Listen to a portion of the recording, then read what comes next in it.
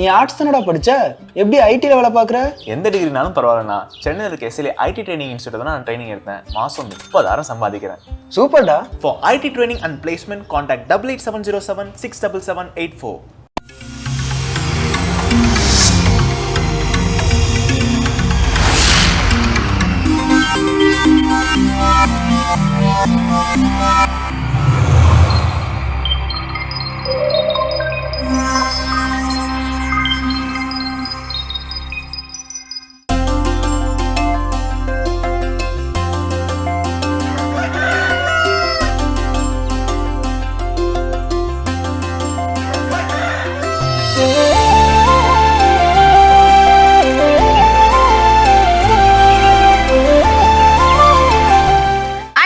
அனைவருக்கும் இனிய காலை வணக்கம். எங்களுடைய இணைந்து நீங்கள் பார்க்கவிருப்பது மாதா தொலைக்காட்சியின் கடவுள் வணக்கம்.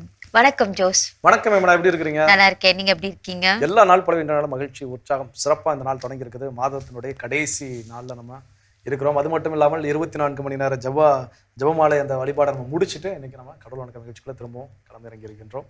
ஸோ சிறப்பு. இன்னைக்கான கதை என்ன அப்படின்னு பார்த்தீங்கன்னா, ஒரு மானுக்கு ரொம்ப தண்ணி தாகம் எடுக்குது. ஸோ அப்போ எங்கடா போய் தண்ணி குடிக்கலாம் அப்படின்னு தேடி பார்க்குறப்போ ஒரு ஆற்று படுகை வரும். அதை போய் அங்கே ஆறை பார்க்குது. ஆஹா, ஆறு நிறையா தண்ணி ஓடுது, இந்த தண்ணி என்ன பண்ணிடலாம், குடிச்சிடலாம் அப்படின்னு சொல்லிட்டு உள்ள கிட்ட போகிறப்போ நீர் யானை ஒன்று என்ன பண்ணுது, அந்த தண்ணிக்குள்ளேருந்து வெளியே வந்து அந்த மானை தண்ணி கிட்ட நெருங்க விடாமல் என்ன பண்ணுது, பார்க்குது. என்னடா இது ரொம்ப நம்மளை டார்ச்சர் பண்ண, உள்ளே போக விட மாட்டேங்குது. அந்த இடத்த தண்டியாக என்ன பண்ண மாட்டேங்குது, போக முடியாது. எங்கிட்ட பண்ண லெஃப்ட் சைடு போனால் இது லெஃப்ட்டில் போய் மறுக்காட்டுது, ரைட் வந்தால் ரைட் சைடு வந்து இது என்ன பண்ணுது, மறுக்காட்டிக்கிட்டே இருக்குது. இது அந்த பக்கம் ஒரு அடி கூட எடுத்து வைக்க விட மாட்டேங்குது அந்த கரையில். இதை இந்த பக்கம் பார்த்துட்டே இருந்த இன்னொரு முதல்ல என்ன பண்ணுது, உனக்கு அவன் தண்ணி குடிக்க அந்த அலோவ் பண்ணலாம், இந்த பக்கம் வா, இங்கே என்ன பண்ணிக்கோ, தண்ணி குடிச்சிக்கோ அப்படின்னு சொல்லி அதை என்ன பண்ண அந்த முதல்ல அந்த பக்கம் கூப்பிடுது. இந்த மானும் என்ன பண்ணுது, அந்த சைடு போகுது. அந்த முதலையும் அதுக்கான வழியை விட்டு ஸ்பேஸ் எல்லாம் கிரியேட் பண்ணி கொடுத்து இங்கே நல்லா குடிச்சிக்கோ அப்படின்னு சொல்லிட்டு என்ன பண்ணுது, அந்த தண்ணி குடிப்பதற்கு அனுமதிக்கிறது. அப்போ இந்த காட்சிங்க போய்கிட்டே இருக்கல. திடீர்னு ஒரு செகண்ட் அந்த முதல்ல என்ன பண்ணிடுச்சு, அந்த மானோட தலையை கவ்வி தண்ணிக்குள்ள எடுத்துக்கொண்டு போய் சாப்பிட்டுருச்சு. இதுக்கப்புறம் இங்க நீர் யானை என்ன பண்ணுது, சரி அந்த மான் செத்து போச்சு, இனிமேல் ஒன்றும் பண்ண முடியாது அப்படின்னு விலகினதுக்கு அப்புறம் பார்த்தா அந்த மானை பிடிப்பதற்காக அந்த அரிசியை நிறைய அந்த நிலத்துல என்ன பண்ணிருக்காங்க, வேடன் கண்ணி என்ன பண்ணிருக்கான், விரிச்சு வச்சிருக்கான். அதுல போய் மான் கால் மாட்டுச்சுன்னா என்ன, அந்த கண்ணி லாக் ஆயிரும். ஸோ ஆட்டோமேட்டிக்கா மான் சீக்கிரம். ஸோ இப்போ இந்த நம்ம மேலோட்டமும் அதை பார்க்கின்ற பொழுது யார் மேல தப்புன்னு தோணுனா, என்னடா அதுக்கு வழி விட்டு இருந்துச்சுன்னா போய் தண்ணி குடிச்சிருப்பாங்க, போய் மாட்டிருக்காதே அப்படின்னு சொல்லுவோம். வாழ்க்கையில சில மனிதர்களும் சில நேரங்கள்ல ரொம்ப கடினமாக நம்மிடம் நடந்து கொள்வது போல தோன்றும். இவங்க இப்படிதான், ஏன் இவங்க இது பண்றாங்க, ஏன் நம்மளை இப்படி டார்ச்சர் பண்றாங்க அப்படின்னு. ஆனா அந்த மனிதர்கள் நமக்கு பின்னாடி ஏதோ ஒரு நலனை ஒழித்து வைத்திருக்கிறார்கள்ங்கிறது நமக்கு கடைசி வரைக்கும் தெரியாம போயிடும். ஸோ அந்த மான் மாதிரி இருந்தால் நாமளும் என்ன பண்ணுவோம், முதலை வாயில் அகப்பட்டது போல நாமும் பிரச்சனைகள் அகப்பட்டு மாட்டிக்கொள்வோம். ஸோ அந்த நேரத்துல சிந்தித்து செயல்பட ஒரே ஒரு கேள்வி, ஏன் என்னைய மறிக்கிறீங்க, ஏன் என்னை அலோவ் பண்ண மாட்டேங்க, அந்த வார்த்தை நம்ம கேள்வி கேட்டோம்னா அதுக்கான பதில் நமக்கு கிடைச்சிருக்கும். சூப்பர். இந்த சிந்தனையோட இந்த நாளை தொடங்கலாம். இப்ப ஆளு தரிசனம் பார்க்கலாம்.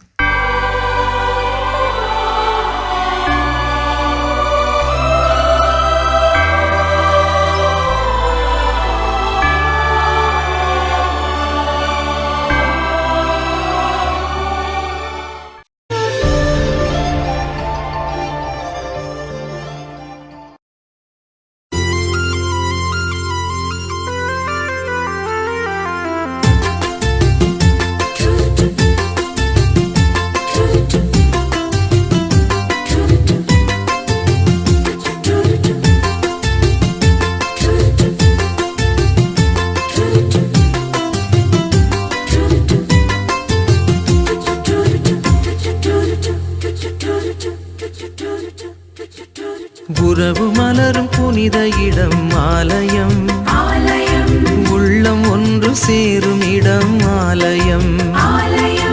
உறவு மலரும் புனித இடம் ஆலயம், உள்ளம் ஒன்று சேரும் இடம் ஆலயம். உணர்வு பெருகிட உயர்வு அடைந்திட உண்மை வழி செல்லும் வாழ்வும் ஆலயம்.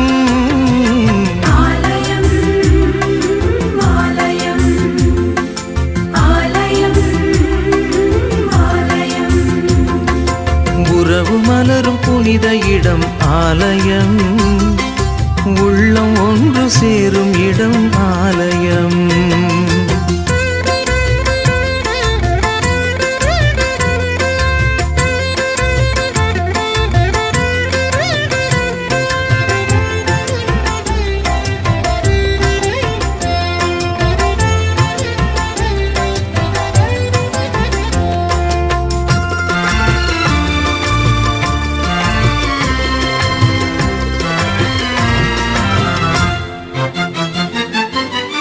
இயற்கை காத்திடும் மாந்தர் வாழிடம்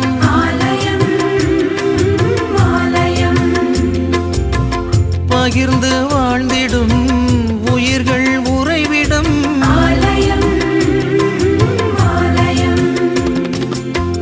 மனிதத்தை உயிரென மதித்திடும் உள்ளங்கள் மானுடர் வாழ்வுக்காய் தனை தரும் நெஞ்சங்கள் நம்பிக்கை செய்தி சொல்லும் நண்பர்கள் உண்மைக்காய் உயிரை இழக்கும் ஜீவன்கள் எல்லோரும் இறைவன் உறையும் ஆலயம் எல்லோரும் இறைவன் உறையும் ஆலயம் உறவு மலரும் புனித இடம் ஆலயம் உள்ளம் ஒன்று சேரும் இடம் ஆலயம்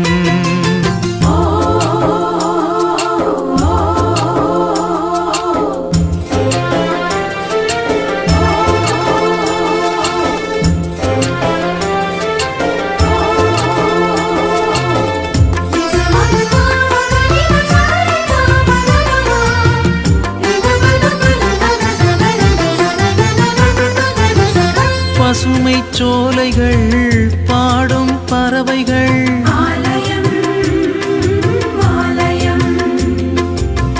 காற்றும் வானமும் கடலும் மலைகளும்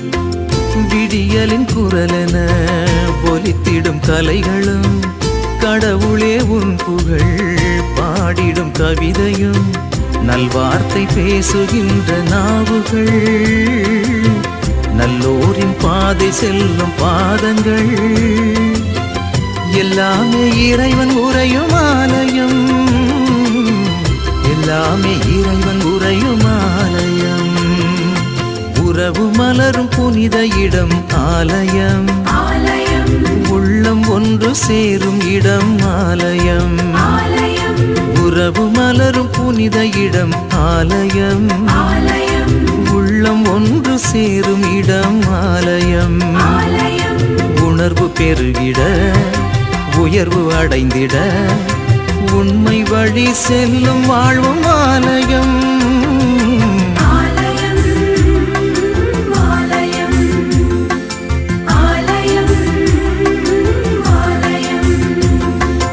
உறவு மலரும் புனித இடம் ஆலயம் உள்ளம் ஒன்று சிறப்பான ஆலயதர்ஷனை பார்த்தாச்சு. இன்றைய நாள் நம்ம சிறப்பாக நம்ம தொடங்கியாச்சு. இன்னைக்கு டாபிக் எப்படிப்பட்டதா நமக்கு அமைய போகுது? ஸோ இன்னைக்கு நாள் என்ன சிந்தனை அப்படின்னு பார்த்தீங்கன்னா, நாமும் நமது அண்டை வீட்டாரும். ஓ, நாமும் நமது அண்டை வீட்டாரும். ஓகே. ஸோ இன்னைக்கு நம்ம பக்கத்து வீட்டிலலாம் நம்மளை பற்றி ஒரு விஷயம் தெரிஞ்சுக்கணும் அப்படின்னா நம்ம பக்கத்து வீட்டிலலாம் என்ன பண்ணுவாங்க, விசாரிப்பாங்க. ஒரு யூஸ்வலாக அந்த வரன் பார்க்கக்கூடிய நிகழ்வுகளெல்லாம் பக்கத்து வீட்டில் தான் விசாரிச்சு தெரிஞ்சுக்குவாங்க. அப்போ அந்த வகையில் நாம அண்டை வீட்டாரோடு எத்தகைய உறவு நிலையில இருக்கிறோம், நாம தெரிஞ்சோ தெரியாமலோ செய்யக்கூடிய சில விஷயங்கள் அவங்களுக்கு என்ன பண்ணும், காயத்தை ஏற்படுத்தும். நம்ம அதை வேணும்னே பேசியிருக்க மாட்டோம், தெரியாம நம்ம வாயிலிருந்து வந்திருக்கோம். ஆனா அது அவங்களுக்கு என்ன பண்ணி ஹர்ட் பண்ணியிருக்கோம். ஆனா அவங்க பெர்ஸ்பெக்டிவ்ல இருந்து பாக்குறப்போ இவன் வேணும்னு என்ன பண்ணிட்டான், என்ன இப்படி காயப்படுத்துற மாதிரி பேசிட்டான். அதுல இருந்து அந்த உறவு முரண் என்ன ஆயிரும், தொடங்கிடும். அவங்களும் சரியா நம்மகிட்ட பேச மாட்டாங்க, நாமளும் சரியா அவங்க கிட்ட பேச மாட்டோம். ஒரு பிரச்சனை ஆயிரும். அது கடைசி வரைக்கும் தீர்க்கப்படாத பிரச்சனையாவே முடிஞ்சிடும். ஸோ அப்படி நமக்கே தெரியாம நாம என்ன பண்றோம், அண்டை வீட்டாரோடு சில சலசலப்புகளை ஏற்படுத்திக் கொள்கிறோம். அதுல என்னென்ன அப்படின்னு தெரிஞ்சுக்கிறோம். அப்போ அதுல முதல் விஷயம் என்ன சொல்றாங்க அப்படின்னா, நம்ம அண்டை வீட்டார் யாரு என்னன்னு பழகி பார்க்காமலே அவங்களுடைய அப்பியரன்ஸை வச்சு அவங்கள ஜட்ஜ் பண்றது. ஸோ சிலரை பார்த்துட்டு அவங்களுடைய ஆடை அவங்க எப்படி பயன்படுத்துறாங்க அதான் இருக்கலாம், இல்லை அவங்க வீட்டை எவ்வளோ நீட்டாக வச்சிருக்கீங்க இல்லைங்கிறத இருக்கலாம், ஏதோ ஒரு சூழலாக இருக்கலாம். அவங்க என்னன்னே தெரியாம அவங்கள பற்றி நம்ம ஜட்ஜ் பண்ணி, இவங்க இப்படி தான் இருப்பாங்க, இவங்க சரியா இருக்க மாட்டாங்க, இவங்க பொய் சொல்லுவாங்க, இவங்க இது பண்ணுவாங்க, இவங்க திருடுவாங்க, ஏதோ ஒரு முத்திரை என்ன பண்ணிடுவோம், பழகி பார்க்கறதுக்கு முன்னாடியே செஞ்சிருவோம். நம்முடைய சேப்பல்ல ஒரு முறை வந்து ஃபாதர் மரியான் வந்து பிரசங்கம் வச்சுட்டு இருக்கும் போது ஒரு விஷயம் சொன்னார். எனக்கு அது வரைக்கும் என்ன ஒரு எண்ணம் இருக்கும் அப்படின்னா, யாராவது வந்து தர்மம் கேட்டு வராங்க அப்படின்னா அவங்க கை கால் நல்லா இருந்துச்சுன்னா என்ன பண்ண மாட்டேன், 10 பைசா கொடுக்க மாட்டேன் அவங்களுக்கு. ஒரு சில யாராவது ரொம்ப கஷ்டப்பட்டவங்க யார்கிட்ட காசு கொடுத்து பழக்கம் கிடையாது, சாப்பாடு வேணா வாங்கி கொடுப்பேன். ஆனால் அன்னைக்கு இதே மாதிரி இந்த டாபிக்ல அவர் வந்து பிரசங்கம் வைக்கிறப்ப சொல்லிட்டு இருக்காரு. ஒருத்தன் வந்து உங்ககிட்ட கை கால் நல்லா இருக்கிறான், பிச்சை எடுக்கிறேன், ஏன் நீங்க உங்களுக்கு பிச்சை போட மாட்டீங்களா, யாரெல்லாம் போட மாட்டீங்கன்னா, நான் கை தூக்கி நாங்களாம் போட மாட்டேன், ஏன் கை கால்லாம் நல்லா தானே இருக்கு, ஓகே அவன் கை கால் நல்லா இருக்கு நீ பார்த்தேன், ஆனால் அவனுக்கு ஏன் வேலைக்கு போக முடியல, இல்லை அவனுக்கு பிரச்சனை என்ன, யாரும் வேலை கொடுக்கலையா, கொடுத்தாங்களா, இல்லை அவனால் வேலை செய்ய முடியலையா, அவன் படிச்சு, இதெல்லாம் எதுவுமே உங்களுக்கு என்ன ஆகாது, தெரியாது. இந்த சூழல் தெரியாம நீங்க எப்படி ஒரு முடிவுக்கு வருவீங்க? ஸோ இந்த கேள்விக்கு பதில் இருக்கான்னு கேட்டா கண்டிப்பா. அப்போ ஒருத்தருடைய பத்தி நமக்கு தெரிஞ்சுக்காம அவங்கள தீர்ப்பிடுதல் அப்படிங்கிறது ரொம்ப ரொம்ப தவறு. சூப்பர். கற்றுக்கொள்வோம் இந்த தவறை செய்யாமல் இருப்பதற்கு. தொடர்ந்து பேசலாம். இப்ப அடுத்த பகுதியை பார்க்கலாம்.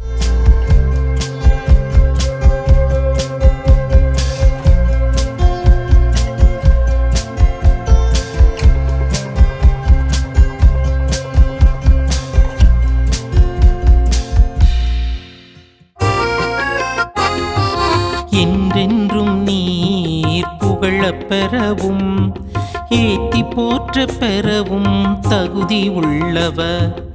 என்றென்றும் நீர் புகழப் பெறவும் ஏத்தி போற்ற பெறவும் தகுதி உள்ளவர்.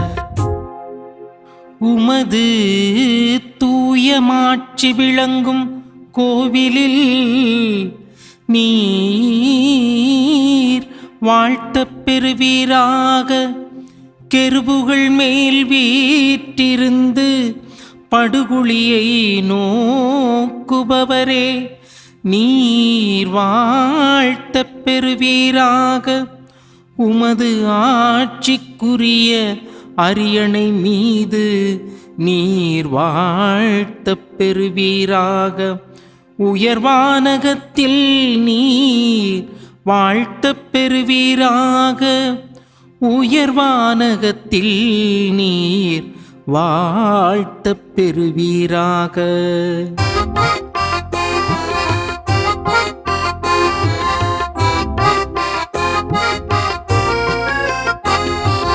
என்றென்றும் நீர் புகழப் பெறவும் ஏத்தி போற்ற பெறவும் தகுதி உள்ளவர். என்றென்றும் நீர் புகழப் பெறவும் ஏத்தி போற்ற பெறவும் தகுதி உள்ளவர். இறைமகன் இயேசு கிறிஸ்துவில் பிரியமுள்ள எனது அன்பு சகோதரிகளே, சகோதரர்களே, உங்கள் அனைவருக்கும் நம் ஆண்டவராக இயேசு கிறிஸ்துவின் அற்புத நாமத்திலே வாழ்த்துக்களையும் வணக்கங்களையும் தெரிவித்துக் கொள்கின்றேன். இன்றைய திருப்பாடலை பற்றி சொல்ல வேண்டும் என்று சொன்னால், எபிரேய மொழியிலே ஒரே ஒரு வார்த்தை மட்டும் சொன்னால் போதும். போத் என்கிற இந்த ஒரு வார்த்தை.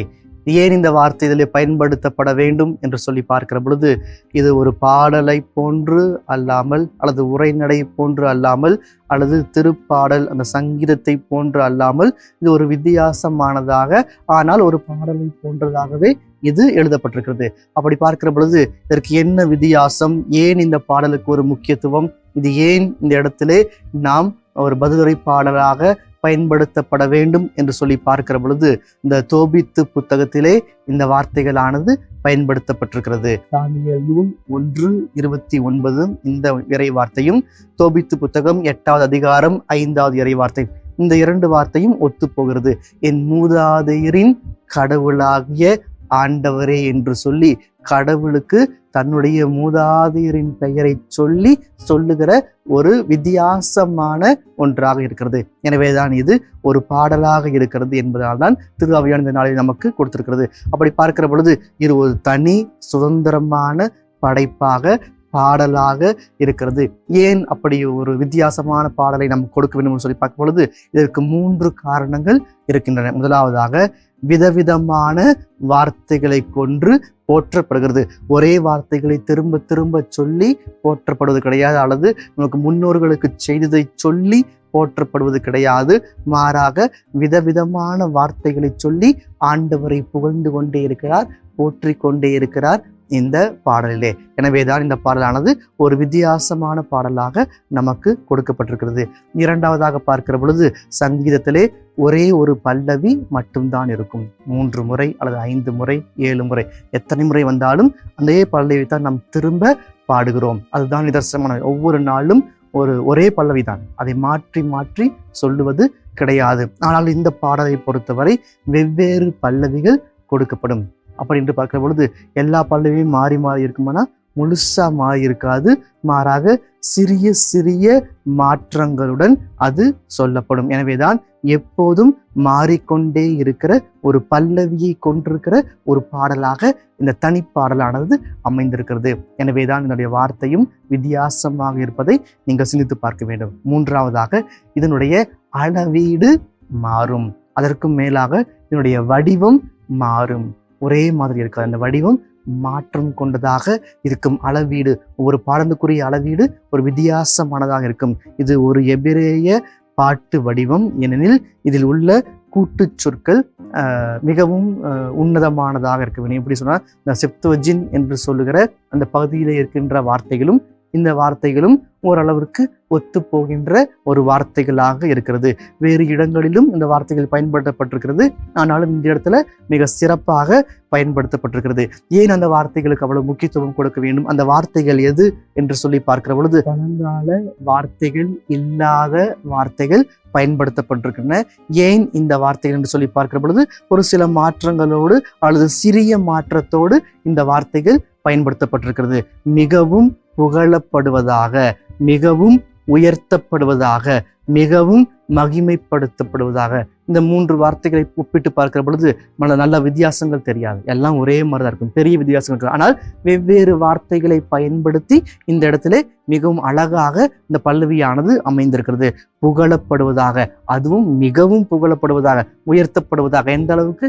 மிகவும் உயர்த்தப்படுவதாக, மகிமைப்படுத்தப்படுவதாக, மிகவும் மகிமைப்படுத்தப்படுவதாக. அப்படி பார்க்கிற பொழுது எந்த அளவிற்கு நாம் கடவுளை போற்ற வேண்டும், புகழ வேண்டும் என்பதை திருப்பாடலானது சிறிய சிறிய மாற்றங்களுடன் இந்த பல்லவியை மாற்றி நமக்கு சொல்லப்படுகிறது.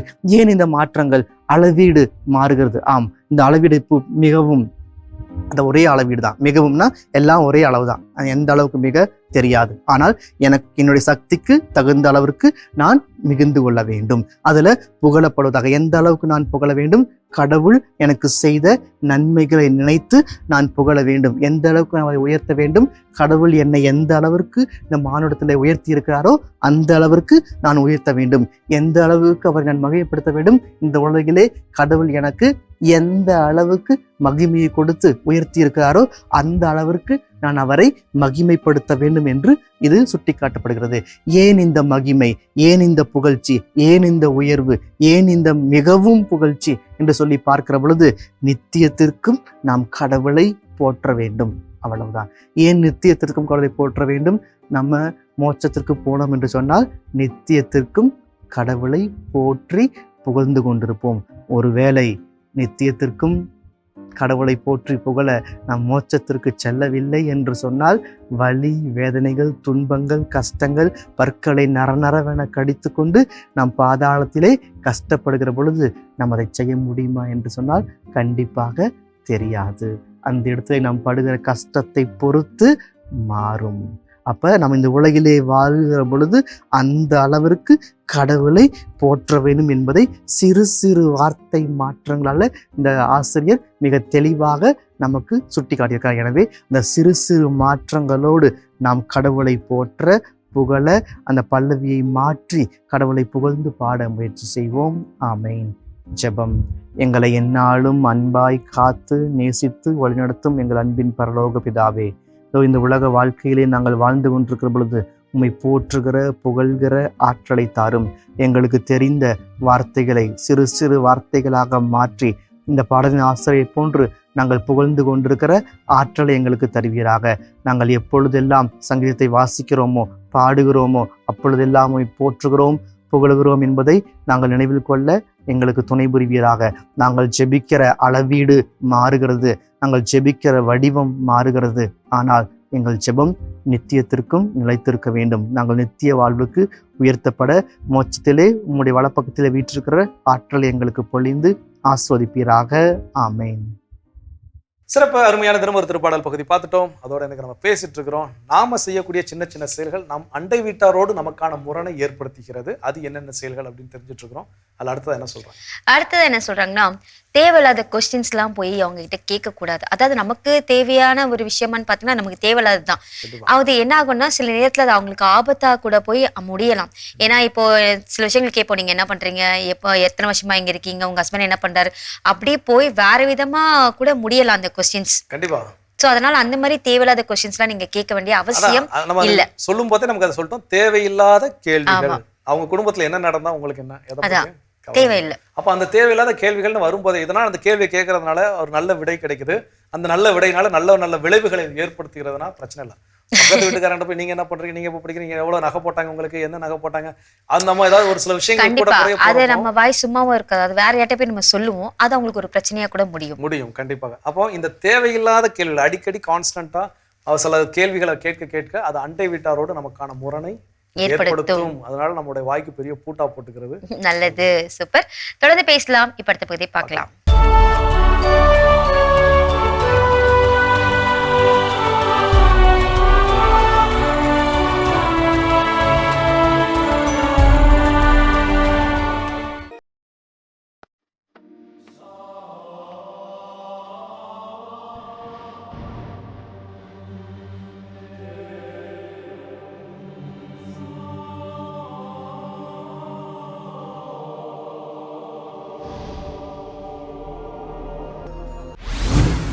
தமத்திருத்துவ பெருவிழா. கிறிஸ்தவ இறையியலின்படி கடவுள் இறைத்தன்மையில் ஒருவராகவும் ஆழ்த்தன்மையில் தந்தை, மகன், தூய ஆவி என்று மூவொரு கடவுளாக இருக்கிறார் என்பதே தமத்திருத்துவம் ஆகும். தமத்திருத்துவத்தின் முதல் ஆளாக இருக்கும் தந்தையாகிய கடவுள் விண்ணகம், மண்ணகம், நாம் காண்பவைகளை தம் வார்த்தையின் வழியாக படைத்து தம் ஆவியின் வழியாக அவற்றுக்கு இயக்கமளித்தார். தமத்திருத்துவத்தின் இரண்டாம் ஆளாக இருக்கும் மகனாகிய கடவுள் மனித குல மீட்பிற்காக விண்ணகத்திலிருந்து இறங்கி தூய ஆவியினால் கன்னிமரியிடமிருந்து உடல் எடுத்து மனிதரானார். தமத்திருத்துவத்தின் மூன்றாம் ஆளாக இருக்கும் தூய ஆவியானவர் தந்தையாகிய கடவுளிடமிருந்தும் மகனாகிய கடவுளிடமிருந்தும் புறப்படும் முடிவில்லா அன்பாக இருந்து இறை தந்தையோடும் இறை மகனோடும் இணைந்து ஆராதனைக்குரியவராக இருக்கிறார். இறை தந்தை தம் திருவுளப்படி இறைமகனை தூய ஆவியின் வல்லமையால் மரியன்னையின் திருவயிற்றில் குடிக்கொள்ளச் செய்த நிகழ்வு மூவொரு இறைவனின் செயல்பாட்டை உறுதிப்படுத்துகிறது. இயேசுவின் திருமுழுக்கின் போது அவர் யோர்தான் ஆற்றிலிருந்து கரையேறியவுடன் வானம் பிளவுபட்டு தூய ஆவியானவர் புறா வடிவில் இறங்கி வந்ததையும், என் அன்பார்ந்த மகன் இவரே என்று விண்ணகத்திலிருந்து தந்தையின் குரல் ஒலித்ததையும் நற்செய்தியாளர்கள் பதிவு செய்கின்றார்கள். இயேசு கிறிஸ்து தம் சீடர்களிடம், நீங்கள் போய் எல்லா மக்களினத்தாரையும் என் சீடராக்குங்கள், தந்தை, மகன், தூய ஆவியாரின் பெயரால் திருமுழுக்கு கொடுங்கள் என்று கூறியது இறைவன் மூவொரு கடவுளாக வாழ்கிறார் என்பதை மெய்ப்படுத்துகின்றது. தமத்திருத்துவ பெருவிழாவை கொண்டாடும் நாம் ஒரே ஞானம், ஒரே வல்லமை, ஒரே சித்தம், ஒரே தேவ சுபாவம் கொண்டு விளங்கும் மூவொரு இறைவனிடம் நமது குடும்பங்களின் ஒற்றுமைக்காக ஜெபிப்போம். சிறப்பான இன்றைய புனிதர் பகுதி நம்ம பார்த்தாச்சு. நாம் இன்னைக்கு பேசிட்டு இருக்கோம் அண்டை வீட்டரோடு நமக்கு ஏற்படுத்தக்கூடிய அந்த சின்ன சின்ன முரண்பாடெல்லாம் இருக்கு இல்லையா, அது அடுத்தது என்ன? ஸோ அடுத்ததா இதை நம்ம தெரியாம செய்யக்கூடிய விஷயமே நம்ம சொல்லலாம். என்ன அப்படின்னா, இன்னைக்கு நம்ம குழந்தைங்க ஏதாவது ஒரு விஷயத்துல போட்டியில ஜெயிச்சுட்டு வந்திருக்கு அப்படின்னா, பக்கத்து வீட்டுல எல்லாம் கூட்டு போய் எங்க அக்கா பாத்தீங்களா அந்த மாதிரி என் குழந்தை என்ன பண்ணிருக்கு, ஜெயிச்சுட்டு வந்திருக்குது, இந்த மாதிரி போட்டிக்கு போனாங்க. எனக்கு சின்ன வயசுல எங்க அம்மா சொல்லுவாங்க, நான் ஏதோ எழுது ஸ்லேட்ல கிறுக்கிறப்ப அது ஆ மாதிரி இருந்துச்சு போல, பிள்ளை முத ஆ போட்டு ஸ்கூலுக்கே போல, 2 வயசு என்னமா தான் இருக்கும். அதெல்லாம் வீடு வீடா கூட்டு போய் என்ன பண்ணிருக்காங்க, காட்டிட்டு இருக்காங்க. ஸோ இந்த மாதிரி எல்லா பெற்றோர்களுக்கும் தன்னுடைய குழந்தை ஜெயிக்கிறத வந்து மற்றவர்களோடு பகிர்ந்து கொள்ளுதல் அப்படிங்கிறது ஒரு ஆசை, ஒரு பெருமையும் கூட அவங்க பெற்றோர்களுக்கு இல்லையா. அப்போ இதை நம்ம பக்கத்து வீட்டுல ஷேர் பண்ணி, இப்ப அவங்க வீட்டுல என்ன சொல்லுவாங்க, அந்த பையன் பாரு எப்படி இருக்கா, நீ ஏன் எப்படி இல்லைன்னு சொல்லிட்டு அவங்க வீட்டுல இருக்கிற பசங்களை வந்து கேள்வி கேட்கறதுக்கான ஒரு விஷயம் நடக்கும். இன்னொன்னு என்ன நடக்கும், ஏன் ஊர்ல உள்ள இல்லாத பிள்ளை அவங்க பெற்றுட்டாங்க, இவங்க மட்டும்தான் பரிசு, ஏன் நாங்களாம் வாங்க மாட்டோமா, அந்த மாதிரி ஒரு மனநிலையும் ஏற்படுத்தும். இன்னொன்னு, இவங்க பெரிய தம்பட்டம் அடிக்கிறாங்க தன்னை பற்றிய தன் பிள்ளைங்களை பத்தி, இப்படி பெருமை பித்தல்காரங்க அப்படின்னு சொல்லுவாங்க. இப்படி நிறைய விஷயங்கள் நடக்கும். இது எல்லாமே நடக்கும் நான் என்ன பண்ணல சொல்லல, நடப்பதற்கான சாத்தியக்கூறு. ஒரு போட்டியை பத்தி நீங்க தெரிஞ்சுக்கிறீங்க, அப்போ உங்க ஏஜ் தான் பக்கத்து வீட்டுல உள்ள குழந்தைக்கு அந்த ஏஜ் இருக்குதுன்னா, இப்படி ஒரு போட்டிக்கு சொல்லியிருக்காங்க, நான் கலந்துக்க போறேன், நீங்களும் கலந்துக்கலாம். அப்போ முன்னமே ஒரு தகவல் சொல்லியாச்சு. இப்ப நம்ம குழந்தை போய் ஜெயிச்சுட்டு வருதா, அவங்ககிட்ட சொல்றப்ப எந்த பிரச்சனையும் இருக்காது. ஓகே, நம்ம சொன்னோம், அவங்க கலந்துக்கிட்டாங்க, கிடைக்கல, ஏதோ ஒண்ணு அப்படிங்கிற. சில நேரங்கள் நாமளும் என்ன பண்ணிக்கோனா, இதை வெளியே சொல்லக்கூடாது, நாம மட்டும் நம்ம குழந்தைக்கு மட்டும் அதை ஜெயிச்சு வரணும், வந்ததுக்கு அப்புறம் அதை பெருசா வெளியே சொல்லிக்கலாம் அப்படின்னா அதுவும் பிரச்சனைக்குரிய ஒன்று தான். இப்போ இது ரெண்டாவது சொன்னது தெரிஞ்சே நம்ம செய்யக்கூடிய தவறு. சில நேரங்கள் நாம வெற்றியை மகிழ்ச்சியை பகிர்ந்து கொள்வது போல பிறரிடம் பகிர்ந்து கொள்ளும் பொழுது எல்லாரும் அதே போல ஏற்றுக்கொள்வார்களா தெரியாது. அப்போ அந்த வெற்றியை எப்படி வார்த்தைகளுள் பகிர்ந்து கொள்ள வேண்டும். நம்ம குழந்தைய அந்த குழந்தைய கம்பேர் பண்ணி அப்புறம் அந்த குழந்தைங்க நாளைக்கு விளையாடுறப்ப என்ன பண்ணுங்க, அடிச்சுக்கும், ஒன்னாலதான் எங்க வீட்டுல என்ன பண்றாங்க, என்ன டார்ச்சர் பண்றாங்க அப்படின்னு சொல்லி. ஸோ அப்போ இந்த ஒரு விஷயம் நாம் தெரியாமல் செய்யக்கூடிய ஒரு தவறு. சூப்பர், அதை திருத்திக் கொள்ள வேண்டும். தொடர்ந்து பேசலாம். இப்ப அடுத்த பகுதியை பார்க்கலாம்.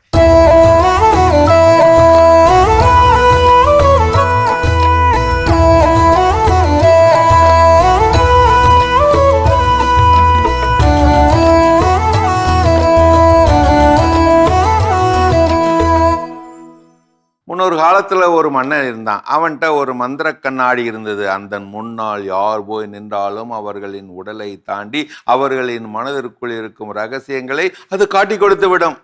மன்னன் அந்த கண்ணாடியை ஒரு பெரிய மண்டபத்தில் வைத்திருந்தான். மக்கள் அதன் முன்னால் போய் நிற்பார்கள், பயந்தார்கள். யார் போய் நிற்பார்கள்? அமைச்சர்களே முன்னால் போய் நிற்க பயந்தார்கள். ஏன், மன்னரே பயந்தார், அந்த பக்கம் போகவே பயந்தார். ஏனென்றால் ஒருவன் வெளியே சிரித்து கொண்டே நின்றாலும் உள்ளே வஞ்சகம் வைத்திருந்தால் அந்த வஞ்சகத்தை அசிங்கமான பிம்பமாக காட்டி கொடுத்து விடும் அந்த மாய கண்ணாடி. ஒரு நாள் ஒரு வழிப்போக்கன் அந்த அரண்மனைக்கு வந்தான். அந்த கண்ணாடியின் முன்னால் நின்றான். கண்ணாடி அப்படியே பிரதிபலித்தது. அவனது சிரிப்பு, அவனது கந்தல் துணி என அனைத்தும் துல்லியமாக இருந்தது. ஆனால் அவனது மனதிற்குள் என்ன இருக்கிறது என்று பார்க்க முயன்ற போது அந்த விசித்திர கண்ணாடி வெற்று பரப்பாக காட்டியது, வெண்மையாக காட்டியது, தூய்மையாக காட்டியது. கேள்விப்பட்ட மன்னன் ஆச்சரியப்பட்டு அவனை வர சொல்லி, உன் மனதில் ஆசைகளோ கோபமோ ரகசியங்களோ எதுவுமே இல்லையா? இப்படி கேட்டான். அந்த வழிப்போக்கன் சொன்னான், மன்னரே, நான் எதையும் உள்ளே சேமித்து வைப்பதில்லை. என் கண்கள் எதை பார்க்கிறதோ அதை அப்படியே கடந்து போக அனுமதிக்கிறேன். நானே ஒரு கண்ணாடி போல மாறிவிட்டேன். கண்ணாடி ஒரு மலரை பார்க்கும்போது மலராகிறது. மலர் மறைந்ததும் கண்ணாடி மீண்டும் காலியாகி விடுகிறது. ஆனால் நீங்களோ உங்கள் அமைச்சர்களோ மக்களோ ஒரு மலரை பார்த்தால் அதன் வாசனையை மனதில் சேமிக்கிறீர்கள், அதன் எழிலை மனதில் பதிக்கிறீர்கள். முல்லை பார்த்தால் அதன் வலியை மனதில் பூட்டி வைக்கிறீர்கள். அதனால் தான் உங்களுடைய எல்லாருடைய கண்களும் அழுக்காகிவிட்டன. ஆம், பார்த்தல் என்பது ஒரு தத்துவம். நமது கண்கள் கேமரா லென்ஸ் போன்றவை.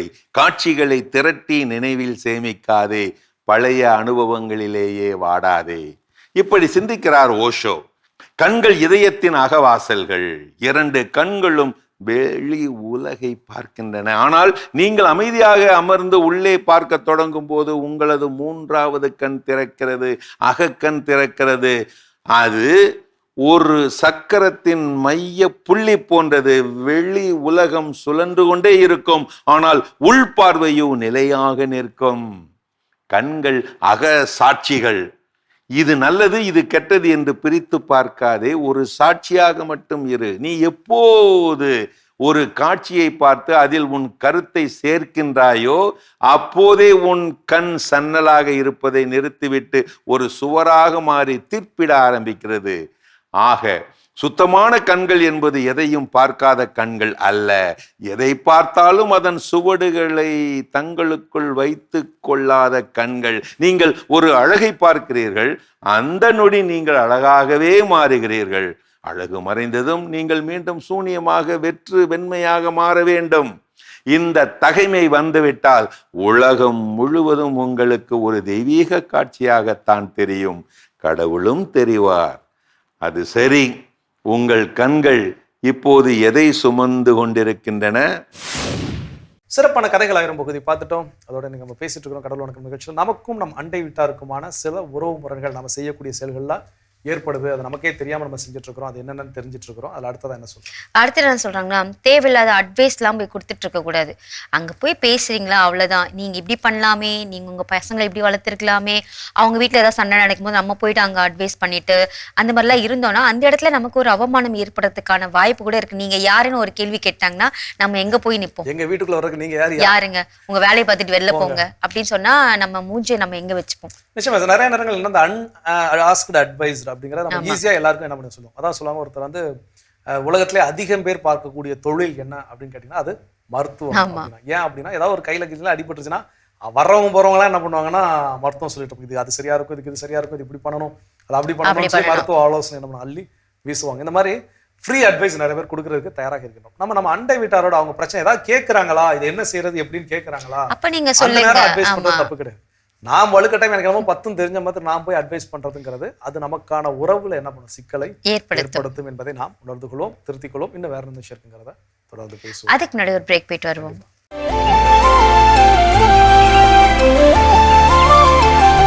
நிகழ்ச்சிக்குள் உங்களை மீண்டும் அன்புடன் வரவேற்கின்றோம். நீங்கள் பார்த்து கொண்டிருப்பது மாதா தொலைக்காட்சியின் கடவுள் வணக்கம்.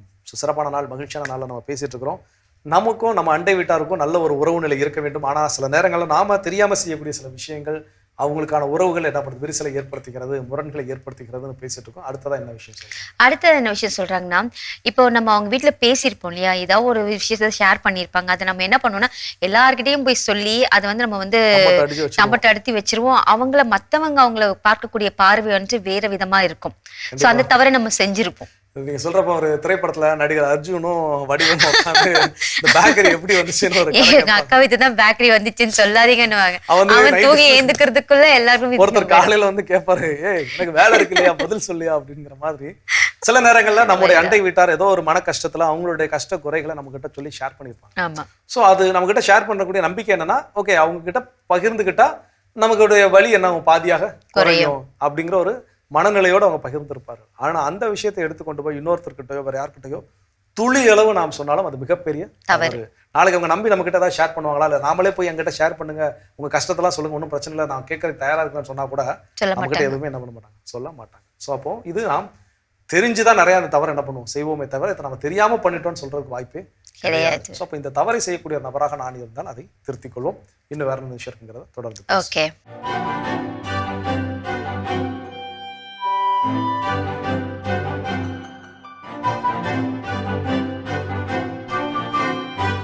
அன்பிற்கினிய மாதா தொலைக்காட்சி சுவஞ்சர்களே, தமிழினிய நெஞ்சங்களே, வணக்கம்.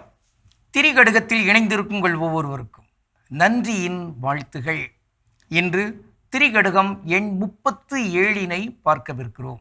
வாய்மையாளர் வழக்கம். குறளையுள் நட்பளவு தோன்றும், உறவினிய சால்பினில் தோன்றும் குடிமையும், பால் போலும் தூய்மையுள் தோன்றும் பிரமாணம், இம்மூன்றும் வாய்மையுடையார் வழக்கு.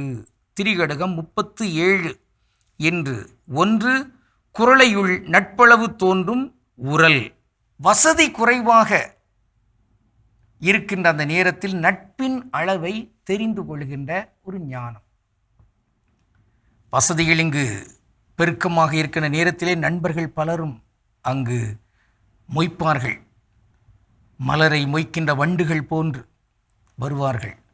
ஆனால் வசதிகள் குறைய குறைய அங்கு நட்பினுடைய அந்த தன்மை, நண்பர்களுடைய அந்த எண்ணிக்கை, அந்த அளவு அது குறையும். இதை தெளிவாக உணர்ந்து கொள்வார்கள். அப்படிப்பட்ட அந்த ஞானிகள் இதை மட்டுமன்று இன்னும் பலவற்றையும் இங்கு உணர்வதற்கு அழைப்பு கொடுக்கப்படுகிறது இந்த திரிகடுகத்தின் மூலமாக. நட்பு என்பதே இங்கு ஒன்றை நாம் திரும்ப பெற்றுக்கொள்ளலாம், எனவே அதற்கு இந்த உதவிகளை இவருக்கு செய்யலாம் என்று இருந்தால் அது நட்பு அல்ல.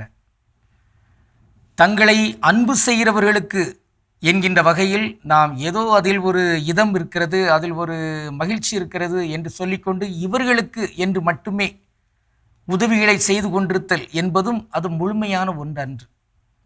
மாறாக இயேசு சொல்வது போன்று, நீங்கள் விருந்து கொடுக்கின்ற பொழுது நீங்கள் பக்கத்து வீட்டுக்காரங்களையோ அல்லது பணக்காரங்களையோ உங்களுடைய உறவுகளையோ அழைச்சி அப்படி கொடுக்கறதுக்கு பதிலாக கால் ஊனமுற்றோர், உடல் ஊனமுற்றோர், பார்வையற்றோர், இன்னும் பல்வேறு நிலைகளிலே தங்கள் உழைப்பதற்கு இயலாத்தன்மையில் இருப்போர், அவர்களையெல்லாம் நீங்கள் அழைத்து அவர்களுக்கு கொடுங்கள். அப்பொழுது அவர்களுக்கு திருப்பி கொடுப்பதற்கென்று ஒன்றும் இருக்காது. அதுதான் நீங்கள் கடவுளுக்கென்று கொடுத்திருக்கிறீர்கள் என்பது உறுதியாகும். சிறப்பு. அத்தகைய தன்மையில் தான் இங்கு நட்பு உறுதி செய்யப்பட வேண்டும். நட்பு என்பது நமக்கான ஒரு ஆற்றல். அது ஒருவர் ஒருவரை வளர்த்து கொள்கின்ற ஒன்று என்று மட்டும் முடித்துவிட முடியாது. இந்த நட்பில் கிடைக்கிற ஆற்றலை கொண்டு இந்த சமூகத்திலே ஏழை எளியவர்கள் வாழ்வதற்கு நாம் என்ன செய்யலாம் 2 கைகள் 4 ஆனால் அதனுடைய வலிமை அதிகம். அந்த வகையில்தான் இங்கு நண்பர்களுடைய எண்ணம் திட்டம் இருக்க வேண்டும். இல்லையேல் ஒருவரை ஏதோ ஒரு வகையில் ஒரு உள்நோக்கத்தோடு சார்ந்து இருக்கின்ற பொழுது ஒருவர் அங்கு வசதி குறைவாகி விட்டார் என்றால் அப்பொழுது அவருக்கு இந்த நட்பின் அளவு தெரிந்துவிடும். ஆனால் அந்த நண்பர்கள் ஏதோ ஒரு வகையில் இன்று வசதி குறைவாக வீழ்ந்து கிடக்கின்ற சூழல் இருக்கிறது என்றால் அங்கு தாங்கி பிடிக்கின்ற அளவுக்கு முன் வருவது அது உயரிய நட்பு. உடுக்கை இழந்தவன் கை போல ஆங்கே இடுக்கண் களைவதாம் நட்பு என்பார் வள்ளுவர். ஆக இடுக்கண்கள் களையப்பட வேண்டும். அது யாரால்? நண்பர்களால். நண்பர்களுக்குரிய அந்த இடுக்கண்கள், அந்த துன்பங்கள், துயரங்கள் எல்லாம் களையப்பட வேண்டும். அது எவ்வளவு தூரத்திற்கு? அது விரைந்து செயல்பட வேண்டும். எந்த அளவுக்கு என்றால், கட்டப்பட்டிருக்கிற வேட்டி திடீரென கீழே விழுவது போன்று இருக்கின்ற பொழுது கை உடனடியாக போய் அந்த வேட்டியை பிடித்து விடுகிறது பாருங்கள். அத்தகைய நிலைக்கு, அத்தகைய விரைவுத்தன்மையோடு அது செயல்படுத்தப்பட வேண்டும். இதைத்தான் அன்னை மரி எலிசபெத் அங்கு ஒரு தேவையில் இருந்தபொழுது அந்த செய்தி கிடைத்தவுடனே கப்ரியேல் தூதர் ஏதோ ஒரு போகிற போக்கிலே சொல்கிறார். அந்த செய்தி அறிந்த உடனேயே உடனடியாக விரைந்து செல்கிறார் என்கிற அந்த சொல்லும் அங்கு இருக்கிறது. இப்பேற்பட்ட அந்த நட்புகள் இங்கு பெருக வேண்டும். ஆக நண்பரிடம் நம்முடைய இயலாமையை அல்லது நம்முடைய ஏழ்மைத்தன்மையை அங்கு எடுத்துரைக்க வேண்டும் என்று இல்லை, அப்படி சொல்லவும் கூடாது. அந்த நண்பராக அறிந்து அதன் அடித்தளத்தில் அவர் உதவுவதற்கு முன்வருகிறார் என்றால் சிறப்பு. இப்படிப்பட்ட நிலையில்தான் அங்கு எலிசபெத்து அன்னை மரியை அழைக்கவில்லை. ஆனால் அன்னை மரி கிடைத்த செய்தியின் அடிப்படையில் உடனடியாகவே அங்கு சென்று உதவுகிறார், உடன் இருக்கிறார். இன்று நாம் பார்க்கின்ற ஒரு தனித்தமிழ் சொல் அளவு. அளவு அது என்ன? அதான் ஒரு குறிப்பிட்ட அளவு என்கிற வகையில். இந்த அளவு என்பது பல வடிவங்களிலே இருக்கின்றன. அளக்கைகள், அளக்கின்ற அளவுக்குரிய ஒரு நிலை. அதை நாம் ஒரு தூரத்தை கணக்கிட வேண்டுமென்றால் அது ஐரமாத்திரி என்று சொல்கிறோம் தமிழில். ஐரமாத்திரி என்றால் கிலோமீட்டர். ஐர என்றால் 1000 மீட்டர் சேர்ந்தது 1 கிலோமீட்டர். அந்த மீட்டர் என்பதை மாத்திரி என்று தமிழில் சொல்கிறோம். ஆக 1000 மாத்திரி அது 1 கிலோமீட்டர். அந்த 1000 மாத்திரி தான் மருவி ஐரமாத்திரி என்று வருகிறது. அதை போன்று ஐரி எடை என்றால் கிலோகிராம். 1000 எடை, அந்த 1000 கிராம் என்பது 1 கிலோகிராம் என்பதாகவும் இருக்கிறது. லிட்டர் என்று சொல்றாங்க பாருங்க, அதற்கு தமிழில் பதினம் என்கிற ஒரு சொல் பயன்படுத்தப்படுகிறது. இப்படி பல அளவுகள் இருக்கின்றன. இந்த அளவுகள் இப்படி பலவாறாக இருந்தாலும் அவரவர் செயல்தான் சரியான அளவு என்பதாகும். பெருமைக்கும் ஏனை சிறுமைக்கும் தத்தம் கருமமே கட்டளை கல். அதுதான் அளவு. நீ நல்லவனா, உயர்ந்தவனா, சிறந்தவனா என்பதற்கெல்லாம் அளவு உன் செயல் என்பதாக இருக்கிறது. இந்த வகையில் திரிகடகம் சுட்டுகிற இந்த செய்தியை உள்ளத்தில் பதித்துக் கொண்டு பயணிப்போம். கடவுளுக்கு திருவிழமானால் மீண்டும் நாளை திரிகடகத்தில் இணைந்து மகிழ்வோம். நன்றி, வணக்கம். சிறப்பான திரைக்கடகம் பகுதியை நம்ம பார்த்தாச்சு. நாம் இன்னைக்கு பேசிட்டு இருக்கோம் அண்டை வீட்டாருக்கும் நமக்கும் ஏற்படக்கூடிய அந்த சிற முரண்பாடுகள்லாம் இருக்கும் இல்லையா, அதுல என்ன அடுத்தது? அடுத்ததா இந்தியா பாகிஸ்தான் பார்டர் பிரச்சனை கூட ஈஸியா என்ன பண்ணிடலாம், தீர்த்து வச்சிடலாம். ஆனா அந்த அண்டை வீட்டாரோடு இருக்கக்கூடிய பார்டர் பிரச்சனை தீர்க்கிறது ரொம்ப ரொம்ப கஷ்டம். சில நேரங்கள் ஒரு புகைப்படம் ஒன்று நான் சமூக வலைதளத்துல பார்த்துருக்கேன். என்ன அப்படின்னா, ஒரு 4 ஃபேமிலி, 4 குடும்பம் அப்படி இப்படி இதாக இருக்கும்.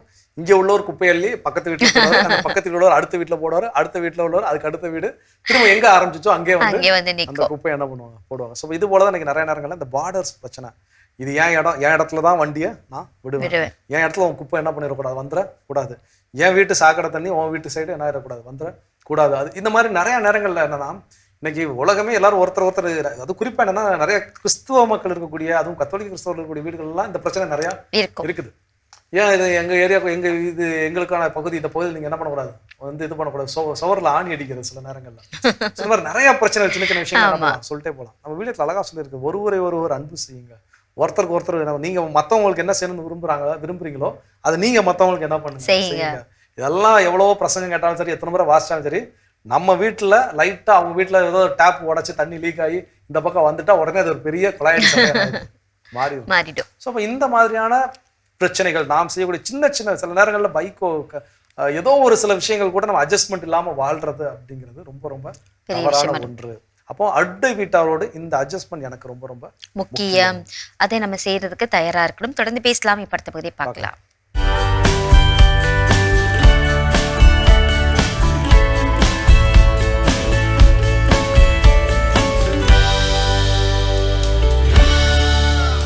திரையரங்குகளின் நவீனத்தன்மையும் அளவும் மாறியிருந்தாலும் திரைப்படங்களின் மீது மக்கள் கொண்டிருக்கின்ற மோகம் மட்டும் ஏன் இன்னும் மாறாமல் அப்படியே இருக்கிறது?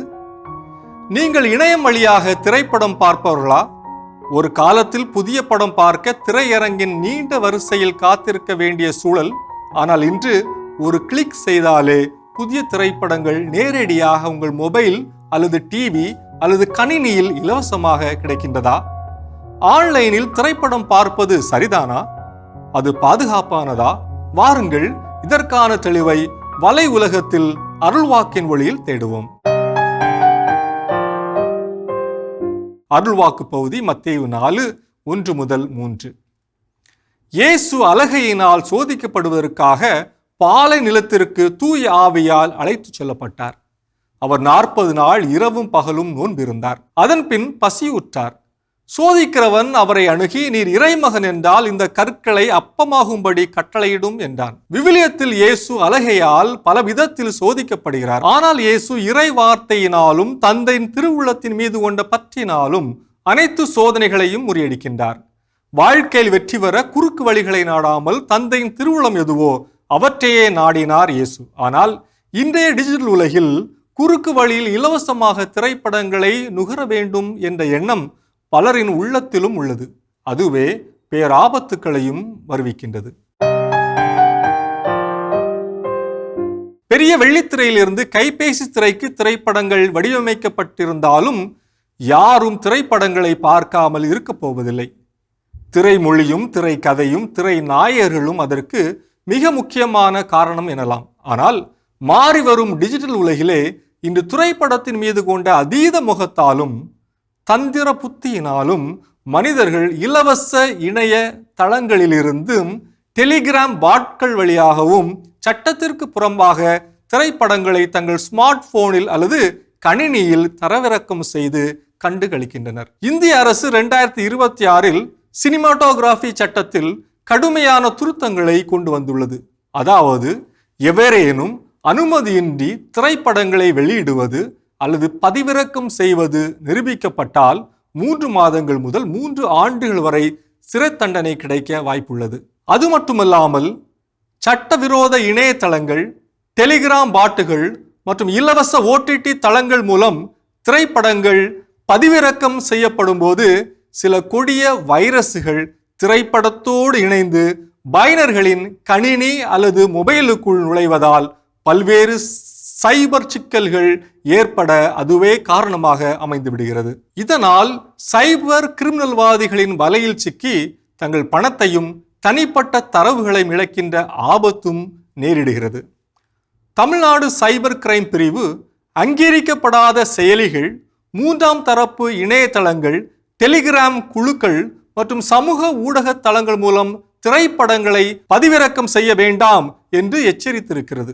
மேலும் பயனர்களின் மொபைல் போன்களில் அல்லது கணினிகளில் சேமித்து வைக்கப்பட்டுள்ள தொடர்புகள், அதாவது கான்டாக்ட்ஸ், புகைப்படங்கள் மற்றும் குறுஞ்செய்திகள் போன்ற தனிப்பட்ட தகவல்களை இந்த சட்டவிரோத செயலிகள் திருடக்கூடும் என்றும் அதிகாரிகள் எச்சரித்துள்ளனர். இவ்வாறு திருடப்படுகின்ற தரவுகளை பயன்படுத்தி சைபர் குற்றவாளிகள் டிஜிட்டல் கைது, அதாவது டிஜிட்டல் அரெஸ்ட் போன்ற மோசடிகள், போலி முதலீட்டு திட்டங்கள் மற்றும் போலி வேலைவாய்ப்பு செய்திகள் போன்ற மோசடி நடவடிக்கைகளில் ஈடுபடக்கூடும் என்றும் எச்சரித்துள்ளனர். இலவச திரைப்படம் என்ற பெயரில் வரும் லிங்குகளை கிளிக் செய்தால் அது உங்களை ஒரு போலி இணையதளத்திற்கு அழைத்துச் சென்று உங்கள் வங்கி அல்லது சமூக ஊடக கடவுச்சொற்களை திருட முயற்சிக்கும். உரிமம் பெறாத தளங்களில் இருந்து திரைப்படங்களை பதிவிறக்குவது என்பது காப்புரிமை மீறலாகும். இதற்காக தண்டனையோ அல்லது அபராதமோ விதிக்கப்படலாம். இன்ஸ்டாகிராம் பாட்டுகள் மூலம் தரவிறக்கம் செய்யும் போது அவை உங்கள் கணக்கின் ரகசிய தகவல்களை அணுக அனுமதி கேட்கலாம். இது உங்கள் தனிப்பட்ட விவரங்கள் கசிய வழிவகுக்கும். எனவே இன்ஸ்டாகிராம் பாட்டுகள் வழியாக திரைப்படங்கள் பதிவிறக்கம் செய்வதை நாம் நிறுத்த வேண்டும். ஒரு ஊடக ஆர்வலராக ஆரோக்கியமான ஊடக பயன்பாட்டை முன்னெடுப்பது நமது கடமையாகும். இணையம் வழியாக நல்ல திரைப்படங்களை பார்க்க நெட்ஃபிளிக்ஸ், அமேசான் பிரைம் அல்லது இது போன்ற அங்கீகரிக்கப்பட்ட அதிகாரப்பூர்வ தளங்களை பயன்படுத்துவதன் மூலம் நாம் பாதுகாப்பாக இருப்பதோடு உண்மையான உழைப்பிற்கும் மதிப்பளிக்கிறோம் என்பதையும் நம்மால் உறுதி செய்ய முடியும். இலவசம் என்பது எப்போதும் லாபகரமானது அல்ல. சில நேரங்களில் அது நமது டிஜிட்டல் பாதுகாப்பையே விலையாக கேட்கக்கூடும் என்பதை நாம் நினைவில் வைத்துக் கொள்ள வேண்டும். ஆன்லைன் உலகில் இலவசமாக கிடைக்கும் எதுவும் உண்மையில் இலவசம் அல்ல. உங்கள் தனிப்பட்ட தரவுகளே அங்கு விலையாக கேட்கப்படுகின்றன. If you are not paying for the product, then you are the product. இது வலை உலகம் 360 டிகிரி டிஜிட்டல் உலகிற்கான உங்கள் அகராதி. அருமையான வலை உலகம் 360 டிகிரி பார்த்தாச்சு. அதோட இன்னைக்கு நம்ம பேசிட்டு இருக்கிறோம். நமக்கும் நம் அண்டை வீட்டாரோடு இருக்கக்கூடிய உறவுகளில் சில நேரங்களில் சலசலப்பு ஏற்படுது, உறவு முரண் ஏற்படுதுன்னா அதுக்கு நாம செய்யக்கூடிய சில விஷயங்கள் காரணமா அமைகிறது. அது என்னென்னு பேசிட்டு இருக்கிறோம். அது அடுத்தது என்ன சொல்றோம்? அது அடுத்து என்ன சொல்றதுன்னா, இப்போ ஒரு வீட்டில் நம்ம குடியிருக்கோம்னு வச்சுக்கோங்களேன், பக்கத்தில் 2-3 வீடு இருக்கும், ஓகேங்களா? ஒரு வீட்டுக்காரங்களை பற்றி இன்னொரு வீட்டுக்காரங்க நம்ம தப்பாக பேசிட்டு இருப்போம். அவன் இப்படி பண்ணுறான், சரியே கிடையாது, ரொம்ப ஓவராக பண்ணுறான் அப்படின்னு சொல்லிட்டு அவங்கள பற்றி நம்ம தப்பாக பேசும்பொழுது அந்த இடத்துல நமக்கு என்ன ஆகுன்னா, நம்ம எப்படிப்பட்டவங்களா இருக்கிறோன்றத அவங்க தெரிஞ்சுப்பாங்க. கண்டிப்பா. ஏன்னா இப்படிதானே இவன் இருப்பான், இப்ப நம்ம அவனை பத்தி நம்ம கிட்ட சொல்றான், இப்ப நம்ம என்ன பேசுறோம், அங்க போய் அவன் பத்தி பேசுவோம், அப்படிதானே நினைப்பாங்க. கிரிட்டிசைஸ் பண்றது ஒவ்வொரு வீட்டுகள்லயுமே இருக்கிறவங்க வந்து நம்ம பக்கத்து வீட்டுல ஏதோ ஒரு சில விஷயங்கள் என்ன அப்படின்னா, இது லைஃப்ல நடந்த விஷயம். எங்க வீட்டு நாங்கள் திருமணமான புதுல ஒரு வீட்டுல இருந்தோம். அப்போ எதிர்த்த வீட்டுல அந்த தண்ணி பிரச்சனை கொஞ்சம் அந்த ஏரியாவில் நிறைய ஜாஸ்தி உண்டு. அப்போ எங்க வீட்டுல வந்து மோட்டர் போரிங்ல இருந்து தண்ணி வரும். அந்த எதிர்த்த வீட்டுல ஒரு வயசான ஒரு அம்மா இருந்தாங்க. அந்த அம்மா ஒரு டைம் வந்து கேட்டாங்க, தண்ணி பிடிச்சிக்கிடுமா தம்பி, தண்ணி வீட்டுல சுத்தமா இல்லைன்னு. பிடிச்சிக்கோங்கம்மான்னு சொல்லிட்டு அந்த அம்மாட்ட நான் சொல்லிட்டேன், உங்களுக்கு எப்போ வேணுமோ அப்போ நீங்கள் எனக்கு கூப்பிடுங்க, நான் உங்களுக்கு மோட்டர் போட்டு விடுறேன், என்ன பண்ணிக்கோங்க, தண்ணி பிடிச்சிக்கோங்க அப்படின்னா. அந்த அம்மா பிடிச்சோடனே காசு கொடுத்தாங்க. எனக்கு காசெல்லாம் நீங்கள் எப்போ வேணுமோ என்ன பண்ணிக்கோங்க, பிடிச்சிக்கோங்கன்னு சொல்லியாச்சு. அப்போ இதே மாதிரி அந்த அம்மா அடிக்கடி வந்து பிடிச்சிட்டு போகும். அப்போ ஒரு முறை வந்து நானும் என் மனைவி அந்த படிக்கட்டில் உட்காந்து ஏதாவது சாப்பிட்டுட்டு ஸ்நாக்ஸ் சாப்பிட்டு கதை பேசிட்டு இருப்போம். ஒரு முறை அவங்க என்ன பண்ணாங்கன்னா, டிஷர்ட்டும் பேண்ட்டும் போட்டிருந்தாங்க. நான் அன்னைக்கு வீட்டில் இல்லை, நான் வெளியே போயிருந்தேன். இந்த அம்மா வந்து தண்ணி எடுத்துட்டு போயிடுச்சு. அதுக்கு அடுத்த நாள் வந்து காலேஜுக்கு நான் கிளம்பிட்டு இருக்கேன், மனைவி ஸ்கூலுக்கு கிளம்பிட்டு இருக்காங்க. போறப்ப அவங்க வெளியே அம்மா வந்து என் மனைவிட்ட சொல்லுது, அந்த தம்பி ஏதோ ஒரு பொண்ணை கூப்பிட்டு வந்துட்டாரு, டிஷர்ட் எதுவும் போட்டு அந்த பொண்ணு வீட்டில் உட்காந்துருக்குது அப்படின்ட்டு. இவன் அப்படியான்னு சொல்லிட்டு சரின்னு சொல்லிட்டு வந்துட்டான். காரில் வரப்போ என்கிட்ட சொல்கிறாங்க என் மனைவி, இந்த மாதிரி அந்த அம்மா வந்து நான் டிஷர்ட்டும் எதுவும் போட்டிருந்த பார்த்து வேற ஏதோ ஒரு பொண்ணை நீ கூப்பிட்டு வந்து தப்பா நினைச்சிருச்சுடா அப்படின்னு சொல்லி. ஸோ இப்போ இது வந்து நம்ம புரிஞ்சுக்கிட்டோம், பிரச்சனை இல்லை. இது போல சில நேரங்கள் நம்ம தெரியாம பண்ணக்கூடிய கிரிட்டிசைஸ் கூட என்ன ஆகும்னா, ஒரு முரண் ஏற்படும். ஒருவேளை சப்போஸ் நமக்கு அது பெரிய பிரச்சனையா இருந்ததுன்னா, நாளைக்கு எங்கள் வீட்டுக்கு நீங்க என்ன பண்ணாங்க, தண்ணி பிடிக்க வராதீங்க சொல்லக்கூடிய வாய்ப்புகள் கூட நிறைய இருக்கும். ஸோ இப்போ இதுதான் நம்ம நிறைய நேரங்கள் இது நம்ம தெரிஞ்சோ தெரியாமலோ ஒருத்தரை பத்தி இன்னொருத்தர்கிட்ட குறையோ இல்லை அவங்க கிட்டே கூட குறையோ, சில நேரம் அவங்க சொந்தக்காரங்களே தெரியாம அவங்க கிட்டே என்ன பண்ணிருப்போம், குறைய பேசியிருப்போம். ஸோ இப்போ இதெல்லாம் என்ன ஆகும்னா, அண்டை வீட்டாரோடு இருக்கக்கூடிய உறவில் சிக்கலை விரிசலை ஏற்படுத்தும். சூப்பர், தொடர்ந்து பேசலாம். இப்ப அடுத்த பகுதியை பார்க்கலாம்.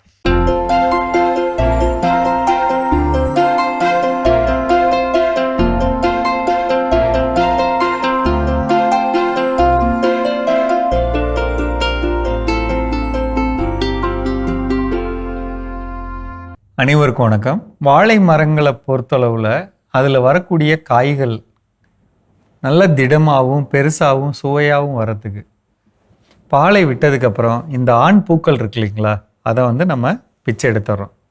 எடுத்த முனையை சாய்வாக வெட்டி ஒரு சின்ன பேக்கெட்டில் 10 லிட்டருக்கு 100 மில்லி பஞ்சகாவியா கலந்த அந்த திரவத்தை அதில் ஒரு 100 மில்லி ஊற்றி அதை உள்ளே நுழைச்சி கட்டி விட்டுறோம். ரைட்டுங்களா? இது கீழே முடிச்சிடும். பாலை, இந்த பாலையில் ஒரு சில திரவங்களை 15 நாளுக்கு ஒரு முறை தெளிக்கிறோம். என்னென்ன? 100 லிட்டர் தண்ணியில் முட்டை எலுமிச்சை கரைசல், 100 லிட்டருக்கு சொல்கிறேங்க, 100 லிட்டருக்கு 250 மில்லி.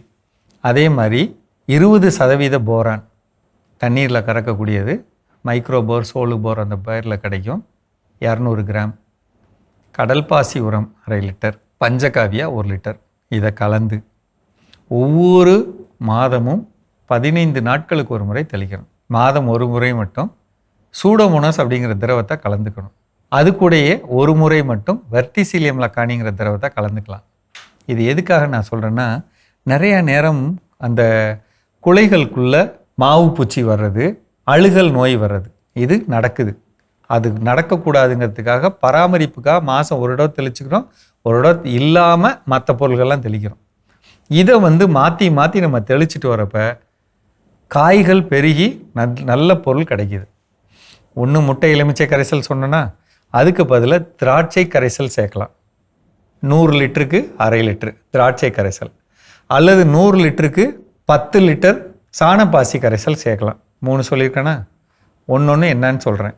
முட்டை எலுமிச்சை கரைசல்னு சொன்னேன்னா, ஒரு பாத்திரத்தில் 10 முட்டையை போட்டுட்டு அது நனைகிற அளவுக்கு எவ்வளவு எலுமிச்சம் ஜூஸ் வேணுமோ அதை நல்லா பிழிஞ்சு போட்டுட்டு, எலுமிச்சம் பழத்தையும் கூட தேவைப்பட்டால் 1-2 உள்ளே போட்டு மூழ்கிற அளவுக்கு போட்டுடணும். டைட்டாக மூடி வச்சிங்கன்னா 1 வாரம் அந்த முட்டையோட ஓடெல்லாம் நெளிஞ்சு அப்படியே ஒரு மாதிரி ஆகிடும் 1 வாரத்தில். அதுக்கப்புறம் மூடியை திறந்து ஒரு குச்சியை வச்சு நல்லா கலக்கிட்டு, இந்த அமைப்புக்கு ஒரு 1/2 கிலோ நாட்டு சர்க்கரை சேர்த்து திருப்பி மூடி வச்சிடணும் 1 வாரம். இது 1 வாரம் கலந்து, நாட்டு சர்க்கரை கலந்து 1 வாரம். 15 நாள் கழித்து ஒரு பொருள் கிடைக்கும். இந்த திரவம் தான் நான் தெளிக்கணும்னு சொல்ல வர்ற திரவம். இது அதிகமான கால்சியம் சத்தும் புரோட்டீன் சத்தும் கொடுக்கக்கூடியது, முட்டையில் இருக்கக்கூடிய எல்லா நன்மையும் கொடுக்கக்கூடியது. அடிக்க காய் சூப்பராக வரும். இது 1. திராட்சை கரைசல்னா என்ன? கருப்பு திராட்சை விற்கிது இல்லைங்களா? தோலை உரிக்கிறீங்க, 1 கிலோ அளவுள்ள பழத்துக்கு 1 கிலோ அளவுள்ள நாட்டு சர்க்கரை கலந்து டைட்டாக மூடி போட்டு வைக்கிறீங்க. 18 நாள் வீட்டில் வெளிச்சம் படாத இடத்துல வைக்கலாம். 18 நாள் கழித்து மூடியை திறந்து பார்த்தீங்கன்னா ஒரு கரைசல் கிடைக்கும். இந்த கரைசலை ஒரு மிக்சியில் போட்டு அடித்து வச்சுக்கிட்டு இதை நம்ம கலந்து கொடுக்கறதுக்கு பேர் தான் திராட்சை ரச கரைசல். சாணப்பாசி கரைசல்ங்கிறது 1 லிட்டர் 100 ரூபாய் கொடுக்குறாங்க. அந்த கரைசலை வாங்கி பெருக்கமடை செஞ்சு கொடுக்குறது. இதில் 3ல் எது நல்லது அப்படின்னா திராட்சை ரச கரைசல் நல்லது. இல்லை 3ஐயும் என்னால் கொடுக்க முடியுமா? வேண்டாம், ஏதாவது 2 கொடுக்கலாம். திராட்சை ரச கரைசலும் முட்டை எலுமிச்சை கரைசலும் கலந்து நம்ம கொடுக்கலாம். இப்படி கொடுக்குறப்ப பொதுவாக செவ்வாழை, கற்பூரவள்ளி இது மாதிரி அதிகமான விலைக்கு கொடுக்க வேண்டிய காய்களை நம்ம இது தெளிச்சுக்கிட்டோம்னா அதிகமான சுவையும் நல்ல பெரிய சைஸும் உள்ள பழங்கள் கிடைக்குங்க. இது மார்க்கெட்டில் நமக்குன்னு ஒரு பேரை ஏற்படுத்தி தரும். இதுதான் இதோட அடிப்படை. பார்த்துக்கங்க. மீண்டும் சந்திப்போம். சிறப்பான உழவும் உயரும் பகுதி நம்ம பார்த்தாச்சு. நாம இன்னைக்கு பேசிட்டு இருக்கோம் அண்டை வீட்டாருக்கும் நமக்கும் ஏற்படக்கூடிய அந்த சின்ன சின்ன முரண்பாடுகள் அடுத்ததா என்ன ஏற்படும். ஸோ அடுத்ததா என்ன ஒரு பெரிய பிரச்சனை, இது கண்டிப்பாக நம்ம தெரியாமல் செய்யக்கூடிய ஒரு விஷயம். இதை ஆனால் தெரிந்து வைத்திருக்க வேண்டியது ரொம்ப ரொம்ப முக்கியம். அசியூம் பண்ணுறது. ஆமாம். குறிப்பாக பக்கத்து வீட்டுக்காரங்க என்னைக்கோ ஒரு நாள் அவங்க வீட்டு குப்பை இந்த பக்கம் என்ன இருக்கும் வந்துருச்சுன்னு வச்சுக்கோங்களேன். அப்போ நம்மளே அசியூம் பண்ணிக்குவோம். வேணும்னு என்ன பண்ணிட்டாங்க, போடுறாங்க, தள்ளிட்டாங்க, ஏதோ ஒரு சில விஷயங்கள் தெரியாமல் கூட வந்திருக்கலாம்.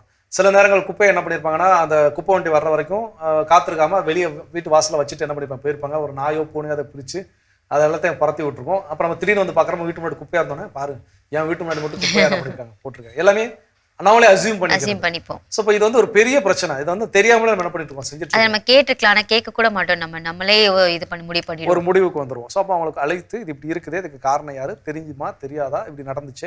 ஸோ இந்த மாதிரியான அசியூமை விட்டுட்டு போய் டைரக்டா பேசிட்டோம்னா அந்த பிரச்சனையே கிடையாது. இன்னைக்கு பல நேரங்கள்ல அண்டை வீட்டாரோடு ஏற்படக்கூடிய பெரிய பெரிய பிரச்சனைக்கு காரணமே என்னன்னா, நமக்கு நாமே இது இப்படி இருக்குமோ அப்படி இருக்குமோ நாம யூகப்படுத்திக் கொள்வது, அசியூம் பண்ணிக்கிறது. அப்ப அந்த அசியூம் பண்றதை விட்டுட்டோம்னா அந்த பிரச்சனைகள் வரவே வராது. சூப்பர். தொடர்ந்து பேசலாம். இப்ப அடுத்த பகுதியை பார்க்கலாம்.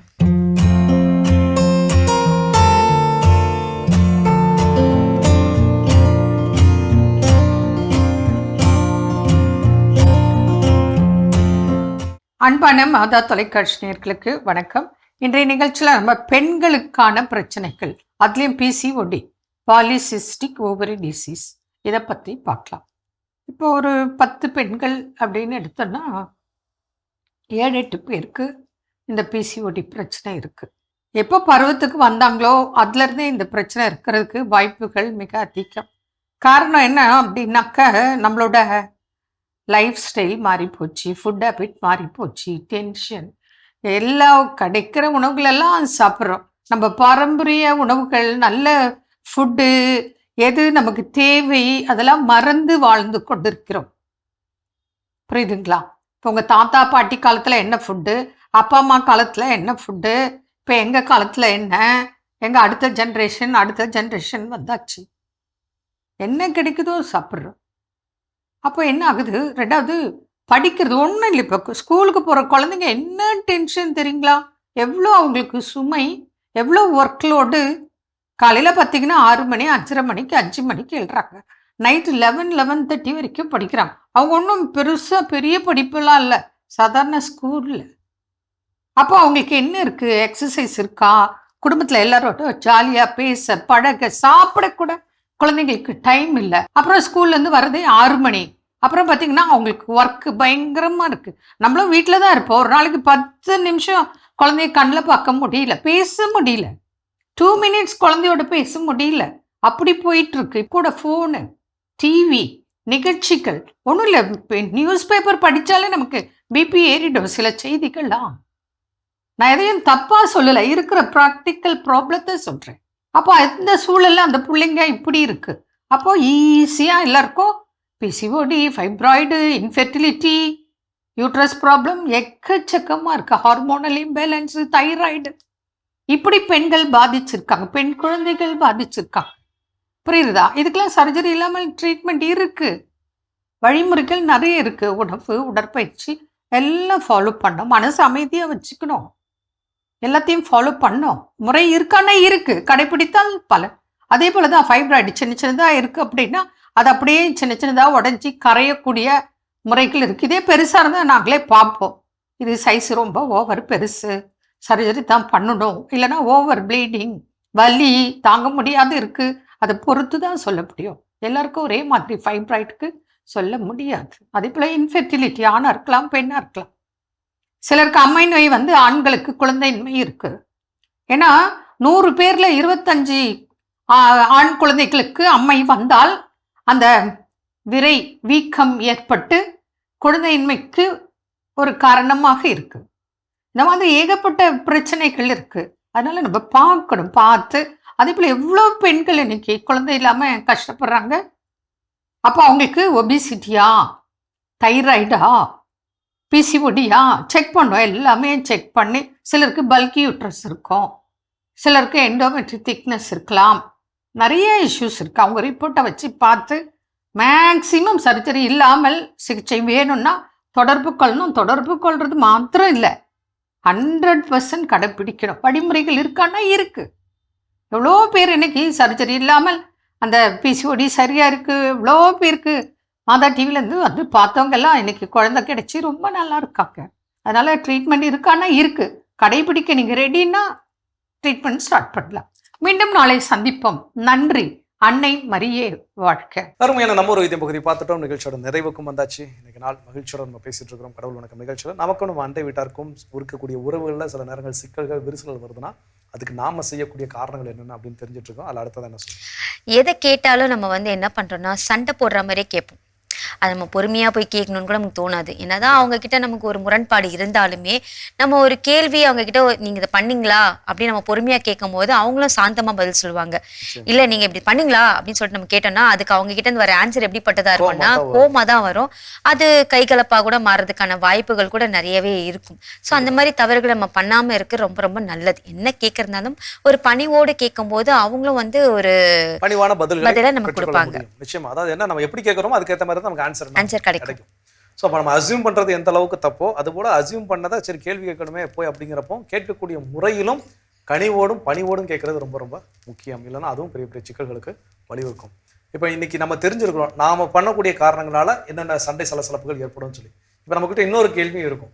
நான் கரெக்டாக தாங்க இருக்கேன், நான் இப்பெல்லாம் பிரச்சனை, ஆனால் என் பக்கத்து வீட்டில் இருக்கிறவங்க இப்படி என்ன பண்ணுறாங்க, என்கிட்ட பிரச்சனை பண்ணுறாங்க, கோவமாக வந்து என்கிட்ட கேள்வி கேட்குறாங்க, அவங்களே ஏதாவது அசியூம் பண்ணிக்கிறாங்க, அவங்களே என்னை பற்றி இல்லாத பிள்ளாக என்ன பண்ணுறாங்க ஸ்ப்ரெட் பண்ணுறாங்க, நான் ஷேர் பண்ண விஷயத்த 10 பேர்கிட்ட சொல்லிடுறாங்க, நான் என்னங்க பண்ணுறது அப்படின்னா அதை இனி வரக்கூடிய கடவுள் உனக்கு நிகழ்ச்சியில் ஒரு நாள் கண்டிப்பாக பேசலாம். ஸோ நான் சிறப்பான சிந்தனை கொடுத்த கடவுள் நன்றி சொல்லி இன்னைக்கு யார் யாரெல்லாம் விழா கொண்டாடுறாங்க பார்க்கலாம்.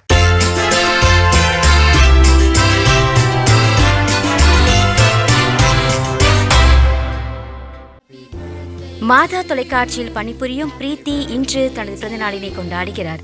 இவரை வாழ்த்துபவர்கள் குடும்பத்தினர், உறவினர்கள், நண்பர்கள் மற்றும் மாதா தொலைக்காட்சி குடும்பத்தினர். பெங்களூரை சேர்ந்த ஜோனா எலிசபெத் இன்று தனது பிறந்த நாளினை கொண்டாடுகிறார். இவரை வாழ்த்துபவர்கள் அப்பா ரமேஷ், அம்மா எமிலியானா, அக்கா ஜெனி, தம்பி ஜஸ்டின், அம்மாச்சி, தாத்தா ஜஸ்டின், மாமா பிரவீன், அத்தை பிரமிளா, குடும்பத்தினர், உறவினர்கள் மற்றும் நண்பர்கள்.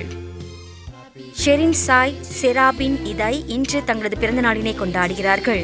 இவர்களை வாழ்த்துபவர்கள் அப்பா மணி, அம்மா ரோசி, சித்தி ஜெனிட்டா, மாமா எட்வர்ட், அத்தை இசபெல்லா, சோஃபி, டிவினிட்டா, குடும்பத்தினர், உறவினர்கள் மற்றும் நண்பர்கள். ஸ்டானிஸ்லாஸ் இன்று தனது பிறந்த நாளினை கொண்டாடுகிறார். இவரை வாழ்த்துபவர்கள் பிள்ளைகள், பேரப்பிள்ளைகள், குடும்பத்தினர், உறவினர்கள் மற்றும் நண்பர்கள். சிறப்பான விழாக்குளம் பகுதி பார்த்தாச்சு. இன்றைக்கு திருமண நாள், பிறந்த நாள் கொண்டாட எல்லாருக்கும் மாத தொலைக்காட்சியின் வாழ்த்துக்களும் ஜெபங்களும். உங்களுக்கான இறை ஆசிரியம் காத்துட்டு இருக்கு, அதையும் பார்க்கலாம்.